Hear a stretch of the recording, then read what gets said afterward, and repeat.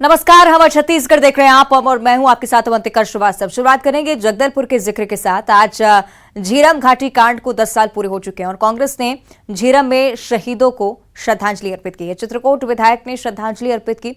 इंद्रावती प्राधिकरण के उपाध्यक्ष समेत कई कांग्रेस नेता श्रद्धांजलि देने के लिए यहां पर पहुंचे हैं। 25 मई 2013 का वो दिन जब नक्सलियों ने कांग्रेस के वरिष्ठ नेताओं पर हमला कर दिया था। पहली पंक्ति के नेताओं पर यह वार था। सुकमा के कांग्रेस सम्मेलन से लौट रहे थे कांग्रेस के नेता। परिवर्तन रैली सुकमा से जगदलपुर की ओर जैसे ही कार्यकर्ता निकले, बड़ी संख्या में नक्सली यहां पर पहुंचे और कांग्रेस नेताओं पर, जवानों पर हमला बोला।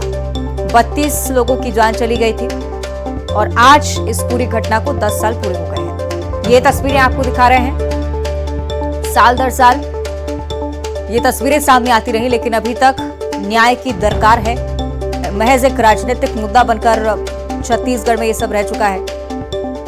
जांच रिपोर्ट और जांच कमेटियों के पेच ऐसे फंसे कि बस एक राजनीतिक चश्मे के जरिए इस कांड को अब देखा जाने लगा। लेकिन आज का ये दिन जब कांग्रेस के तमाम कार्यकर्ता श्रद्धांजलि अर्पित करने के लिए यहां पहुंचे।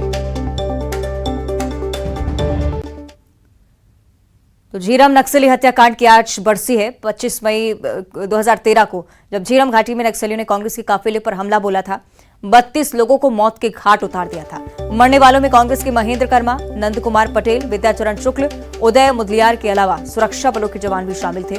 छत्तीसगढ़ कांग्रेस के टॉप लीडर्स सुकमा में परिवर्तन रैली खत्म कर जगदलपुर की ओर जा रहे थे। शहीद नेताओं को आज मुख्यमंत्री भूपेश बघेल श्रद्धांजलि अर्पित करेंगे।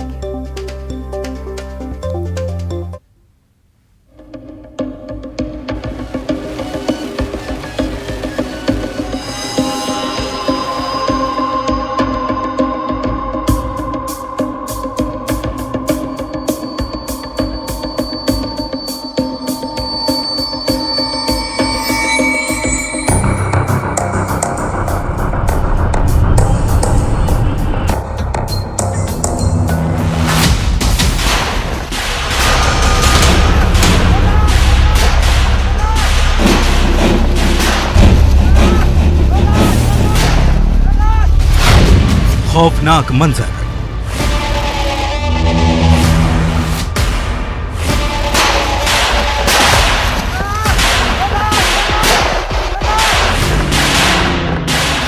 थर्रा देने वाली खून से सनी वो दास्तान। 10 साल बाद भी जिसके घाटी में ही दफन है राज। सबसे बड़ा राजनीतिक हत्याकांड। जब लाल आतंक ने मचाया तांडव, कांग्रेस की फ्रंट लाइन पर अटैक। चुनाव के चंद महीने पहले सबसे खतरनाक साजिश।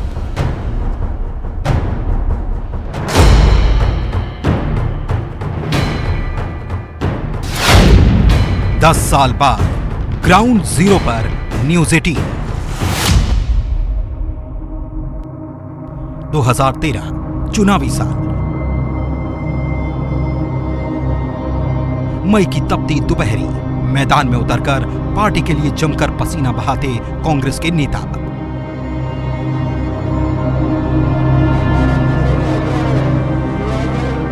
बस्तर का दौरा कर रहे थे। चुनावी रण सज चुका था, माहौल तैयार हो रहा था।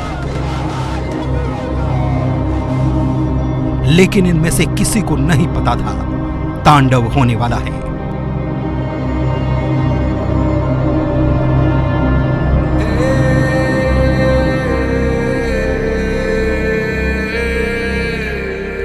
पच्चीस मई 2013 जब तपता सूरज उतरने को तैयार हो रहा था, झीरम घाटी लाल आतंक के तांडव से थर्रा उठी।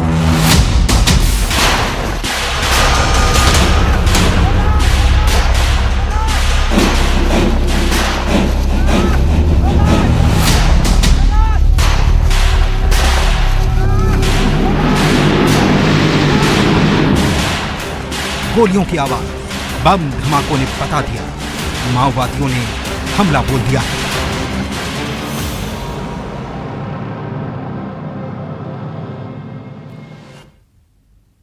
और झीरम कांड की बरसी आज है और इसी को लेकर मुख्यमंत्री भूपेश बघेल की तरफ से एक ट्वीट भी सामने आया है। उन्होंने ट्वीट कर श्रद्धांजलि अर्पित की उन तमाम कांग्रेसी नेताओं और जवानों को जिन्होंने अपनी जान इस पूरे कांड के दौरान गंवा दी थी। शहीदों को सीएम ने कोटि कोटि नमन किया। पूरा प्रदेश झीरम श्रद्धांजलि दिवस आज मना रहा है। अनसुलझे सवाल आज भी जिंदा हैं। राज्य को शांति का टापू बनाने की अपनी शपथ दोहराते हैं। ये मुख्यमंत्री भूपेश बघेल की तरफ से ट्वीट के जरिए लिखा गया है। ये तस्वीरें भी आपको दिखा रहे हैं इस ट्वीट की और तमाम वो सवालों का भी एक बार फिर से जिक्र उनकी तरफ से जो कि अभी भी गुंजायमान है। चलिए और ज्यादा चर्चा हम करेंगे। सीधे आपको जगदलपुर लिए चलते हैं। हमारे सहयोगी श्रीनिवास नायडू वहां से लाइव जुड़े हुए हैं। श्रीनिवास, आज श्रद्धांजलि कार्यक्रम भी जगदलपुर में आयोजित किया जा रहा है। शायद कार्यक्रम स्थल पर ही आप मौजूद हैं। क्या कुछ तैयारियां हैं वहां पर? साथ ही साथ जब मुख्यमंत्री पहुंचेंगे तब क्या कुछ होगा?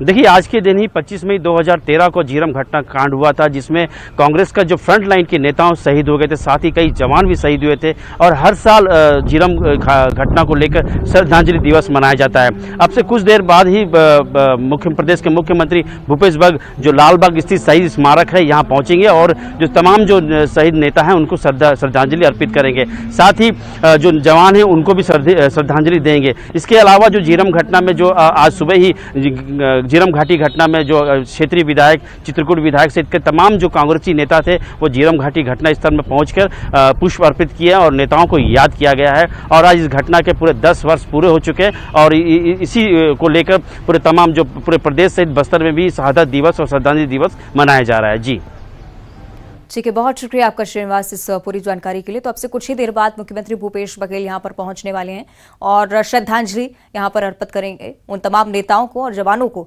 जिनकी जान चली गई थी।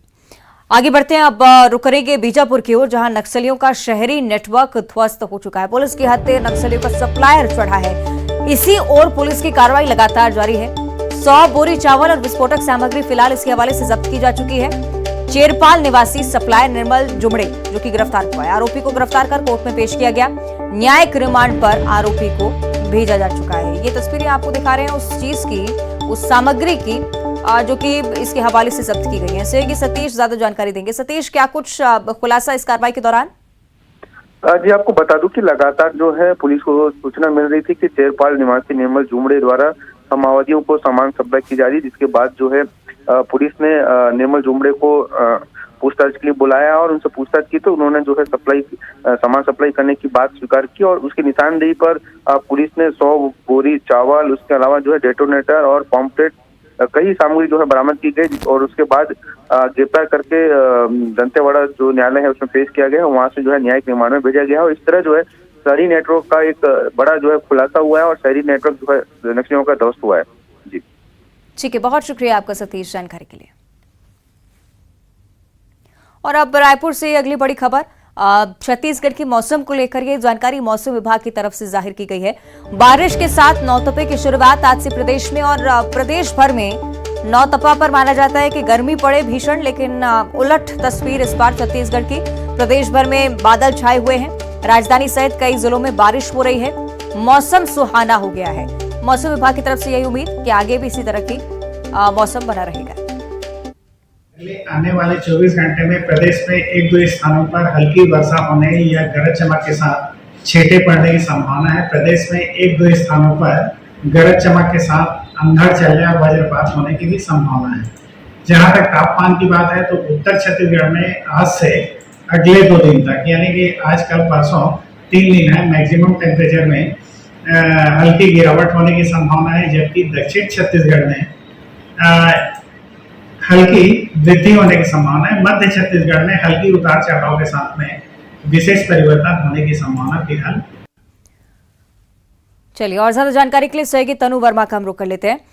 तनु, नौतपा की शुरुआत प्रदेश में हो चुकी है, लेकिन भीषण गर्मी के बीच राहत के बादल नजर आते हैं कहीं ना कहीं। आगे के लिए क्या संभावना?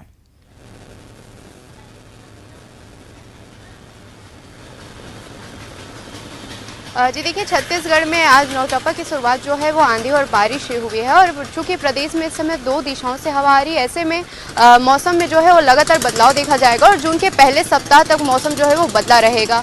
आज के मौसम की अगर हम बात करें तो राजधानी समेत प्रदेश के कई जिलों में आज सुबह से ही बादल छाए रहे हैं और हल्की मध्यम वर्षा हुई है। ऐसे में प्रदेश में नौतपा में पड़ने वाली तेज गर्मी से लोगों को राहत मिली है और मौसम जो है वो सुहाना हो गया है। वहीं मौसम वैज्ञानिक का कहना है कि प्रदेश में इस समय कई सिस्टम जो है वो एक्टिव है, जिसके चलते मौसम में जो है वो लगातार बदलाव देखा जा रहा है और इस साल जो है नौतपा में ज़्यादा गर्मी पड़ने की संभावनाएं नहीं है। वहीं उत्तर छत्तीसगढ़ में जो है तापमान में अगले 2-3 दिनों में 2 डिग्री की गिरावट आएगी और दक्षिण छत्तीसगढ़ में तापमान जो है 2 डिग्री सेल्सियस बढ़ने की संभावना वो मौसम विभाग ने जताई है। और पिछले साल की अगर आंकड़े की अगर हम बात करें तो छत्तीसगढ़ में नौतपा में तापमान जो है वो 47 से 48 डिग्री तक पहुंच जाता है, लेकिन इस बार तापमान जो है 45 डिग्री के आसपास ही रहेगा। ऐसे में राजधानी वासियों को गर्मी से थोड़ी राहत मिलेगी। जी, बहुत शुक्रिया आपका तनुज पूरी जानकारी के लिए।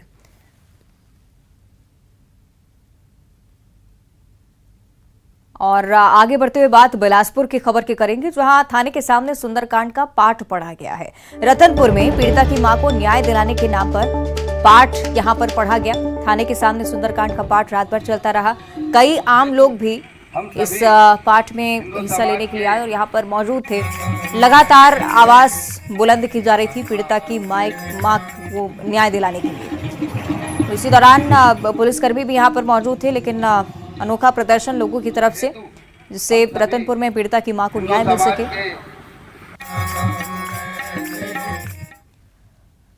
और रायपुर से अगली बड़ी खबर, आज एनएसयूआई की तरफ से विरोध प्रदर्शन की नई रणनीति तय की गई है। रेलवे स्टेशन पर हनुमान चालीसा का पाठ एनएसयूआई के कार्यकर्ता पढ़ेंगे। बीजेपी नेताओं की सद्बुद्धि के लिए पाठ होगा। ट्रेनों की देरी को लेकर भी विरोध प्रदर्शन लगातार एनएसयूआई की तरफ से चल रहा है और उसी के तहत रेलवे स्टेशन पर आज पहुंचेंगे एनएसयूआई के कार्यकर्ता। यहां सुंदरकांड पाठ पढ़ेंगे। रायगढ़ से अगली बड़ी खबर है, जहां बस हादसे में घायल लोगों से कलेक्टर और एसपी ने मुलाकात की। कल बस हादसे में 2 लोगों की मौत हो गई थी और कई लोग घायल हुए थे। मृतक के परिजनों को 25,000 की सहायता राशि भी दी गई है। घटना में घायल 2 लोगों की हालत फिलहाल गंभीर बनी हुई है। उन लोगों से भी मुलाकात करने के लिए एसपी कलेक्टर यहां पर पहुंचे और घायलों का हाल जाना है।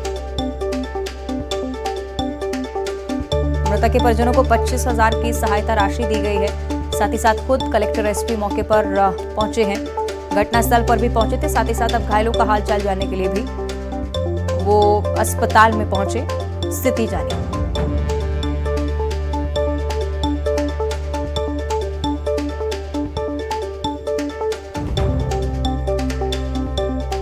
रायगढ़ से बड़ी जानकारी, कल ये बड़ा सड़क हादसा हुआ जिसमें 2 लोगों की मौत हो गई थी। कई लोग गंभीर रूप से घायल हुए थे। कलेक्टर एसपी खुद घायलों का हाल जानने के लिए अस्पताल पहुंचे।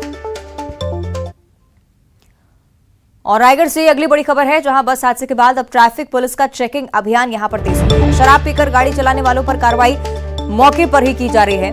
ब्रेथ एनालाइजर मशीन से चालकों की जांच हो रही है। 25 वाहन चालकों पर चालानी कार्रवाई भी की गई।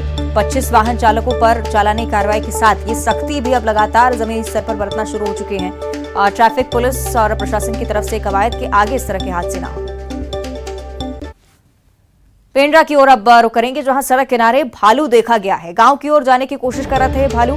मरवाही के माड़ा कोट की पूरी घटना है। वन विभाग को सूचित कर दिया गया है। तस्वीरें वन विभाग के अधिकारियों तक भी पहुंची हैं और इसी के मद्देनजर वो लगातार निगरानी बनाए हुए हैं इन भालुओं की आमद पर। पेंड्रा का ये क्षेत्र जहां पर एक बार फिर से भालू नजर आया। और अब धमतरी की ओर रुख करेंगे। गौठान में 3 दंतेल हाथी घुस आए। कोठरवाही गांव के गौठान में हाथी घुसे थे। मवेशियों के लिए रखा हुआ चारा भी उन्होंने खा लिया। धान की फसल को नुकसान पहुंचाया है। वन विभाग और ग्रामीण लगातार निगरानी कर रहे हैं।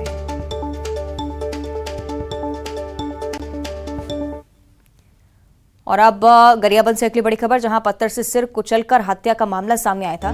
दोस्त ही दोस्त का कातिल निकला है। बड़ा खुलासा इस पूरे मामले को लेकर राजिम पुलिस ने आरोपी को गिरफ्तार कर लिया है। तालाब किनारे युवक की लाश पाई गई थी। राजिम इलाके के ग्राम चौबे बंधा की पूरी घटना। और सारंगढ़ बिलाईगढ़ जिले में गगोरी गांव में एक सिरकटी लाश मिली थी, जिसकी पुलिस ने गुत्थी सुलझा ली है। ये दावा पुलिस की तरफ से किया जा रहा है कि इस खौफनाक हत्या का खुलासा उन्होंने किया है। आरोपी उमाशंकर साहू अपनी पिकअप वाहन से रायगढ़ की गंगोरी की ओर जा रहा था। तभी बस स्टैंड के पास एक शख्स ने लिफ्ट मांगी। रास्ते में किराए को लेकर विवाद हुआ। इसके बाद उमाशंकर ने इसकी धारदार हथियार से हत्या कर दी। लाश को गाड़ी में ही रख दिया। सरपंच की सूचना पर पुलिस ने आरोपी को मौके से गिरफ्तार किया।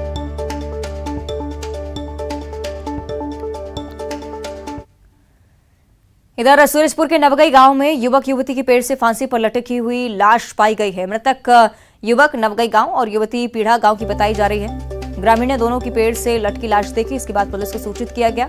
पुलिस मौके पर पहुंची, केस दर्ज कर छानबीन में जुटी हुई है। हालांकि पुलिस के मुताबिक पहली नजर में मामला प्रेम प्रसंग से जुड़ा हुआ प्रतीत होता है।